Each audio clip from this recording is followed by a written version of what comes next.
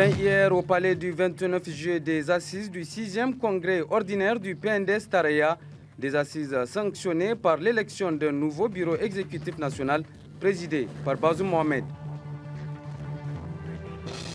La Saint-Sylvestre ou fête de fin d'année, c'est dans quelques heures. À suivre également dans cette édition l'ambiance dans les magasins de prêt-à-porter. Mesdames, Messieurs, bonsoir et merci d'être avec nous pour cette grande édition d'information sur Dunia TV. Cette brève à présent, je l'apprends en même temps que vous. L'Union européenne vient de procéder au décaissement, le deuxième de l'appui budgétaire au Niger au titre de l'année 2013. Ce décaissement a donc été finalisé le 18 décembre 2013 par les autorités compétentes à Bruxelles. Ce sont en effet plus de 8,5 milliards de francs CFA qui ont été décaissés au profit du budget 2013 et équitablement repartis entre le programme pluriannuel d'appui à la réduction de la pauvreté et le contrat de bonne gouvernance et de développement. Ce montant vient ainsi s'ajouter à plus de 14,4 milliards de francs CFA préalablement décaissés en juillet dernier afin de contribuer à la mise en œuvre du PDS 2012-2015. Cela dit, les travaux du 6e congrès ordinaire du Parti nigérien pour la démocratie et le socialisme PNDS Taraya ont pris fin hier soir au palais du 29 juillet de Niamey. Un congrès à l'issue duquel Bazoum Mohamed a donc été élu président du comité exécutif national du PNDS Taraya. Les images.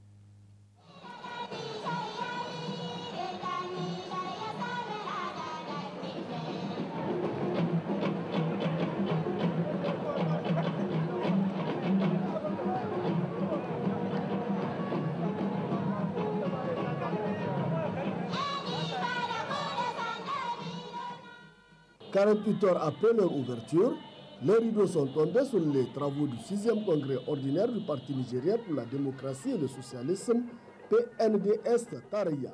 Un congrès particulier qui aura marqué indirectement le passage de témoin entre le président sortant Issoufou Mahamadou, élu président de la République du Niger, et le nouveau président du parti, Bazoum Mohamed, élu à l'unanimité des 113 grands électeurs du parti. Bazoum Mohamed qui a saisi l'occasion pour rendre un hommage mérité à celui qui succède à la tête du parti. Comment pourrais-je ne pas faire preuve d'humilité lorsque je sais la baraka dont a bénéficié le camarade Issoufou à la tête de notre parti? Il a été pour nous un ciment solide qui nous a fédérés en dépit des rudes épreuves auxquelles nous avons été confrontés au cours de ces 23 longues années. Nous sommes passés par moments, vous vous souvenez, à travers des péripéties qui furent âpres pour notre pays et pour notre parti, qui a toujours été à l'avant-garde des combats pour la promotion et la défense de la démocratie. Vous comprenez par conséquent que je n'ai de cesse de penser à lui depuis que vous m'avez plébiscité exactement comme vous le faisiez avec lui auparavant. Je vous promets de marcher dans ses pas et de lui être fidèle en m'efforçant de me comporter comme il avait l'habitude de se comporter.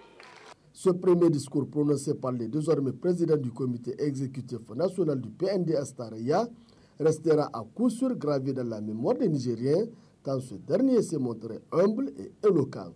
Et sans surprise, Bazoum Mohamed n'est pas allé par quatre chemins pour répondre à certaines allégations de l'opposition politique lors de son meeting organisé le samedi dernier. Nos adversaires, quant à eux, ont déjà donné le ton hier. Rien que le choix de la date de leur manifestation, le jour de l'ouverture de notre congrès fixé depuis très longtemps, en dit long sur leur manque d'élégance. Quant à moi, j'en suis toujours à me demander ce qui peut bien être derrière ce calcul. J'y vois une petite mesquinerie irrationnelle, révélatrice du tempérament de ceux qui sont les maîtres de cette barque. Il y a là, chers camarades, tout sauf la manifestation du sang-froid qu'il va pourtant bien leur falloir pour assumer les exigences de la vie d'opposants qu'ils sont devenus. Des critiques faites par l'opposition sur l'état de la liberté de presse au Niger, et ce, malgré la reconnaissance par celle-ci des efforts fournis par le président Issoufou dans ce sens, ont également été à l'ordre du jour de ce discours. Ils nous menaçaient d'engager des procédures pour remettre en cause la loi dépénalisant le délit de presse. Vous vous souvenez de leur rodomontade, vous vous souvenez de leurs menaces. Mais ne leur en déplaise, là également, c'est la presse privée qui a décerné un trophée à Mahamadou Issoufou pour ce qui respecte le droit à la presse libre et à l'expression libre. Entre leur jugement à eux et leur jugement à la presse et le jugement de la presse concernée par ces questions, le choix n'est pas particulièrement difficile pour l'opinion. Vous avez entendu leurs griefs. Le président Issoufou aurait violé la Constitution 60 fois. Il aurait amassé 125 milliards de francs détournés de Genesezou en vue d'en faire un butin de guerre. Il nous accuse de pillage des ressources du pays. L'adage est bien connu, c'est le voleur qui crie au voleur. Le principal enseignement à tirer de ce 6e congrès ordinaire du PNDS Taraya, c'est qu'il a été le congrès du grand rassemblement et de l'innovation. Il a davantage démontré la force et l'importance des sections de l'étranger avec lesquelles il faudra désormais compter. Pour ce qui est du comité exécutif national, retenons qu'il est composé de 236 membres, dont 14 au présidium. Je vous donne justement lecture de la liste du présidium du comité exécutif national du PNDS Taraya.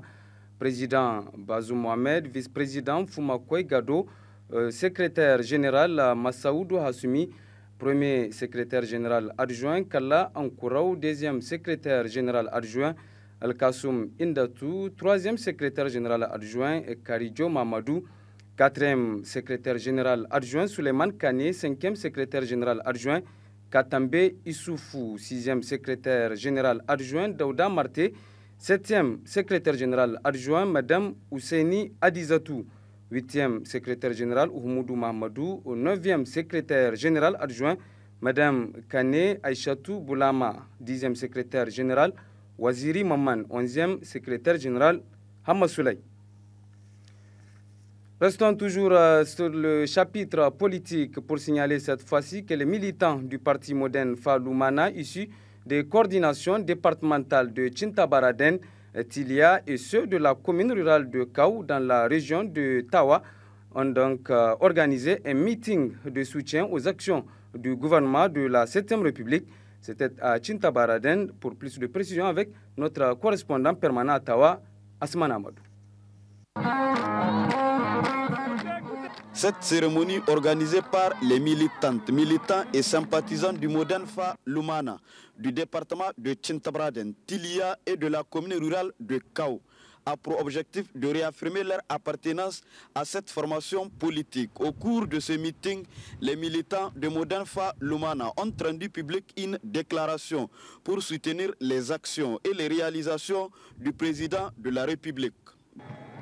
Considérant la décision du retrait du bureau politique Modern Fa Lumana de la mouvance au pouvoir, sans avis au préalable des militants à la base, considérant les efforts et résultats acquis dans nos zones par le président de la République, chef de l'État, et par son gouvernement, considérant les conclusions et décisions des camarades des coordinations départementales et communales de Tintabaraden, de Tilia et de Kaou, nous, militants, militantes et sympathisants du Modern Fa Lumana, de Tintabaraden, Tilia et de la commune rurale de Kaou. 1. Réaffirmons notre appartenance au Modern Fa Lumana. 2. Fustigeons le retrait du bureau politique du Modern FA Lumana de la mouvance au pouvoir sans avis au préalable des militants à la base. 3. Apportons notre soutien indéfectible et sans réserve aux camarades députés nationaux, honorable Mohamed Mbarak, pour tout acte posé dans ses œuvres de soutien au président de la République, chef de l'État et au gouvernement d'union nationale. À l'occasion de cette cérémonie, Alina Moussa, militant de Modenfa Lumana, conseiller CESOC, a énuméré les différentes réalisations concrètes qui ont été faites dans cette zone par le gouvernement de la 7e République au profit de l'amélioration des conditions de vie des populations. Nous sommes venus de tous les départements de Kao, de Tilia, de Tchintabaraden et de la commune rurale de Kao pour dire oui au geste historique du député Mbarek en faveur du budget national, oui au programme du 3e du président de la République et à la bonne gouvernance. On constate depuis le début du mandat jusqu'à nos jours un grand changement dans nos zones. Par exemple, ici à Tchinta, avant en avril au mai pour avoir de l'eau à boire, c'est un problème. Et aujourd'hui, avec notre nouveau forage et château moderne, l'eau est 24-54, il y a eu la création d'un lycée dans l'année scolaire 2012-2013. Notre hôpital, sa réception elle est pour 1 ou 2 mois. Le goudron de Tchintabaraden est dans le programme de 2014. Et la sécurité, vraiment, maintenant, ça va. Avant, on entend... Chaque fois on entend ils volent, et vraiment maintenant il n'y a aucun problème. Tu peux t'en aller là où tu veux, tu peux dormir en plein désert, vraiment il n'y a aucun problème. Rattachés à Modenfa Lumana, les militants de cette formation politique ont bénéficié de plusieurs réalisations. À travers ce meeting, ils soutiennent le programme de la Renaissance du Niger, une initiative du président de la République au profit des populations nigériennes. Sur un tout autre plan, cérémonie de remise de kits et de diplômes aux femmes refoulées de la Libye. Initiée par le projet PDF2, cette initiative vise à favoriser la réinsertion socio-professionnelle de ces dernières. Ramedé Alassane. Le projet PDF2, dans son volet du programme des ex-combattants retournés de Libye, vient de procéder à la remise de diplômes et de kits aux 13 femmes de la commune d'Agadez sur les 60 issues de l'ensemble de la région. La cérémonie s'est déroulée dans l'enceinte de la mairie d'Agadez en présence du 2e vice-maire, du coordinateur du projet PDF2 Agadez et de nombreux invités. Auparavant, les 13 femmes retournées de Libye ont suivi 4 mois durant une formation en couture assortie d'un stage pratique de 5 mois exécuté par la coopérative Tilmidas au village artisanal d'Agadez. En précédant l'intervention du vice-maire, se réjouissant d'une telle initiative, le coordinateur du PDF2, en intervenant à son tour, faisait la rétrospective des actions menées par son projet. Comme vous le savez, le projet ISAID a mené beaucoup d'activités, comme par exemple la réinsertion socio-professionnelle des jeunes, la formation de 50 ex-combattants retournés de Libye, le financement de théâtres participatifs et beaucoup d'activités comme telles. En venant en appui aux femmes retournées de Libye par des formations et des kits, le gouvernement américain, à travers PDF2, vient de matérialiser sa disponibilité à accompagner le gouvernement de la 7e République pour la préservation d'une paix durable et de la stabilité sociale au Nord Niger. Je le disais, je l'apprends en même temps que vous. L'Union européenne vient de procéder au 2e décaissement de l'appui budgétaire au Niger au titre de l'année 2013. Ce décaissement a donc été finalisé le 18 décembre 2013 par les autorités compétentes à Bruxelles. Ce sont en effet plus de 8,5 milliards de francs CFA qui ont été décaissés au profit du budget 2013 et équitablement repartis entre le programme pluriannuel d'appui à la réduction de la pauvreté et le contrat de bonne gouvernance et de développement. Ce montant vient ainsi s'ajouter à plus de 14,4 milliards de francs CFA préalablement décaissés en juillet dernier afin de contribuer à la mise en œuvre du PDS 2012-2015.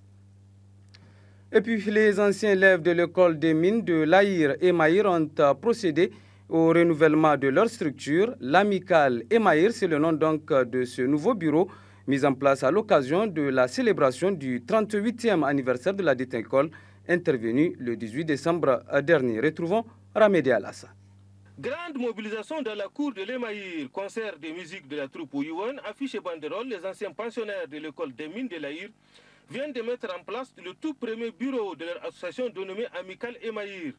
Établir et développer des relations de solidarité, contribuer au développement professionnel de ses membres, assurer la représentation des anciens élèves au sein de toutes les activités et contribuer au rayonnement de l'Emaïr constituent les principaux objectifs affichés au tableau de bord de la toute nouvelle association présidée par Rabo Saminou. Occasion pour les anciens et nouveaux élèves de l'Emaïr de s'offrir une fête en famille qui a aussi enregistré la présence de plusieurs responsables administratifs et coutumiers de la région d'Agadez, notamment le secrétaire général adjoint de la région, Abdraman Moussa, ainsi que le sultan d'Agadez, Oumarou Ibrahim Oumarou. Le président du comité de pilotage retrace le processus de gestation qui a abouti à la création de l'amicale.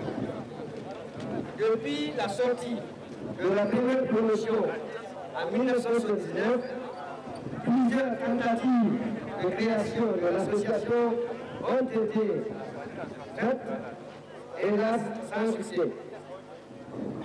Aujourd'hui, après 38 ans, nous avons enfin notre association. Et ceci grâce à la détermination et à l'abnégation de tous les anciens et surtout grâce à l'important travail abattu par le comité de pilotage.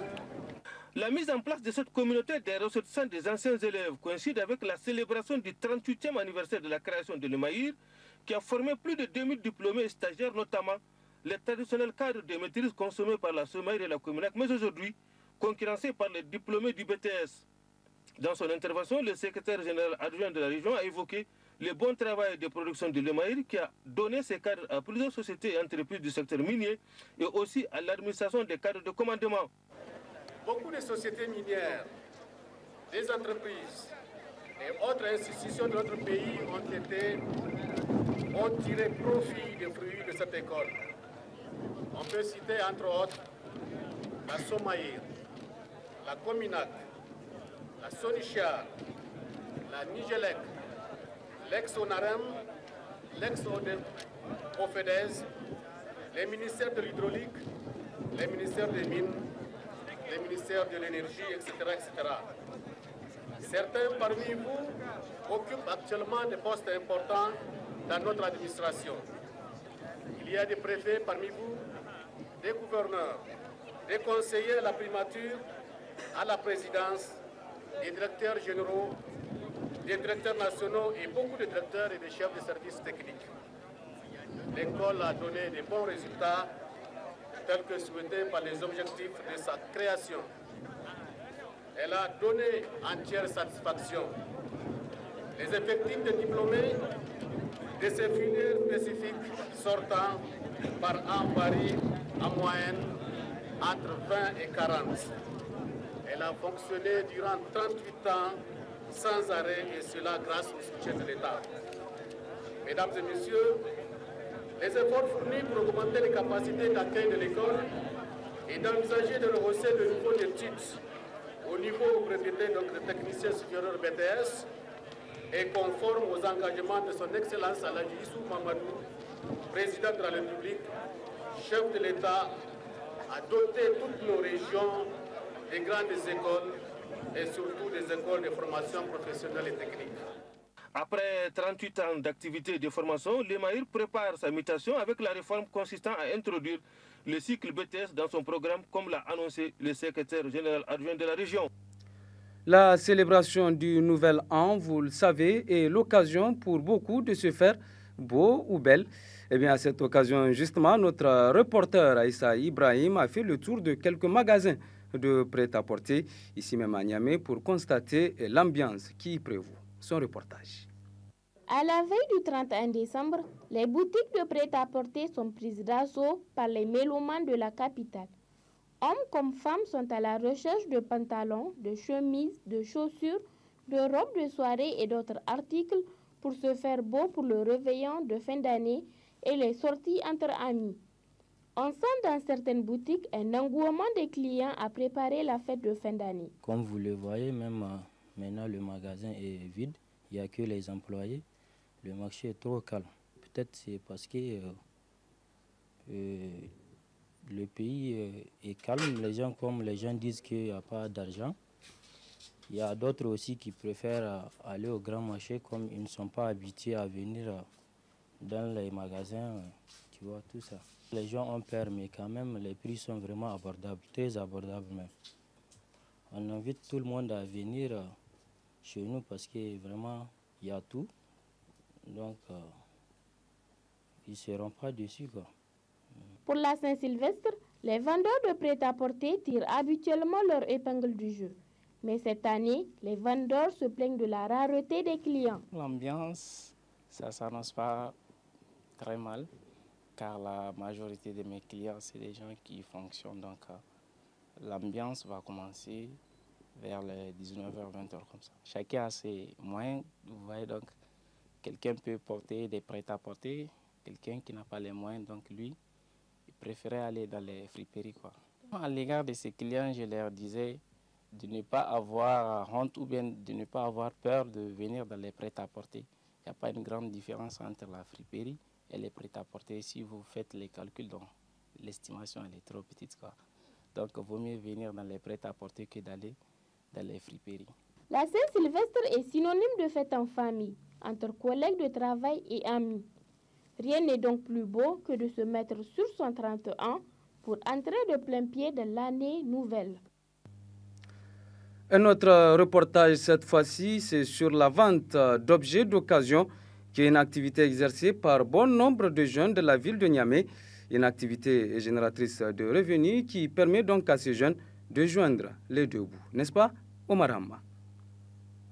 Ce point de vente d'objets d'occasion est aujourd'hui un lieu qui attire beaucoup de gens qui souhaitent se procurer des objets et autres accessoires d'occasion comme les postes téléviseurs, les cuisinières, des bicyclettes.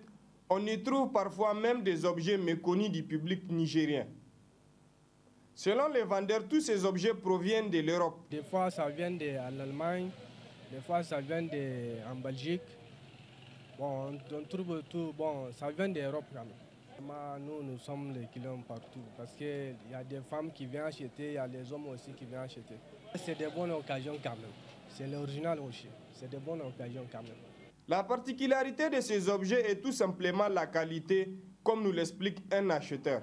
Moi, je suis tout le temps ici parce qu'ils ont vraiment des objets très, très abordables.